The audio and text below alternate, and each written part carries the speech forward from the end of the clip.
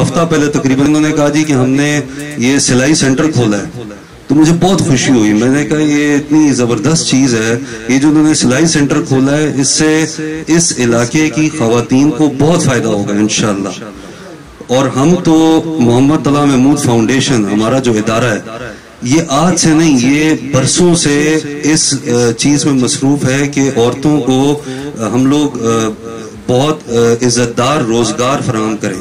اس میں جو سب سے اچھی صورت ہمیں نظر آتی ہے وہ ہمیں یہ سلائی سینٹر نظر آتا ہے. ہم نے ہری پور میں، خانپور میں اور ہزارہ کے بیشتر علاقوں میں، ایون کہ گلگت بلتستان، بلوچستان اور یہ سندھ کے تھر کے علاقے کے اندر بھی ہم نے سلائی سینٹر کھولے. اور ہمارے اس وقت 100 سے زیادہ سلائی سینٹر ہیں جن کو ہم لوگ اس طرح چلا رہے ہیں، سلائی مشینیں تقسیم کر رہے ہیں. بہت سی ایسی خواتین ہیں جو بیوہ خواتین ہیں، وہ خود اپنے گھر چلا رہی ہیں، ان کو کسی کے آگے ہاتھ پھیلانے کی ضرورت نہیں ہے، ان کو کسی سے مدد مانگنے کی ضرورت نہیں ہے.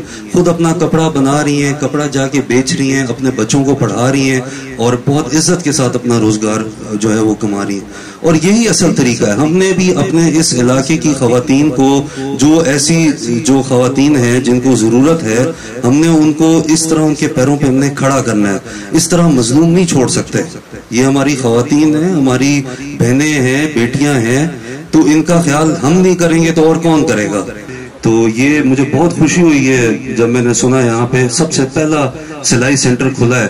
تو میں نے فوراً ان کو کہا کہ جی آپ فوری طور پہ میں یہاں پہ مشینیں بھجواتا ہوں، اور جس طرح کی بھی آپ کو سپورٹ چاہیے، مجھے نہیں پتا، آپ مجھے بتائیں گے، جو سپورٹ چاہیے مجھے بتاؤ، میں آپ کو کر کے دوں گا. اور اسی طرح کے علاقوں کے اندر ہم نے، بلکہ کوئی ایسا علاقہ چھوڑنا نہیں ہے جہاں پہ سلائی سینٹر نہ ہو. یہ ہر علاقے کی ضرورت ہے اور یہ ہونا چاہیے. آپ یہی کمیٹی کو بے شک استعمال کریں، ادھر کے بچوں کو اٹھائیں جن کو ٹیکنیکل ایجوکیشن دی، ہم دیں گے ان کو ٹیکنیکل ایجوکیشن، ٹھیک ہے جی. اور ادھر کے آپ 10 بچوں کا مجھے نام دینا. اس کمیٹی کو یہ میں کہتا ہوں کہ 10 بچوں کا مجھے نام دے دیں، ان کو ٹیکنیکل ایجوکیشن ہم لوگ ان کو پرووائڈ کریں گے. اللہ تعالیٰ آپ لوگ سب کو اجر دے. تو بہت شکریہ.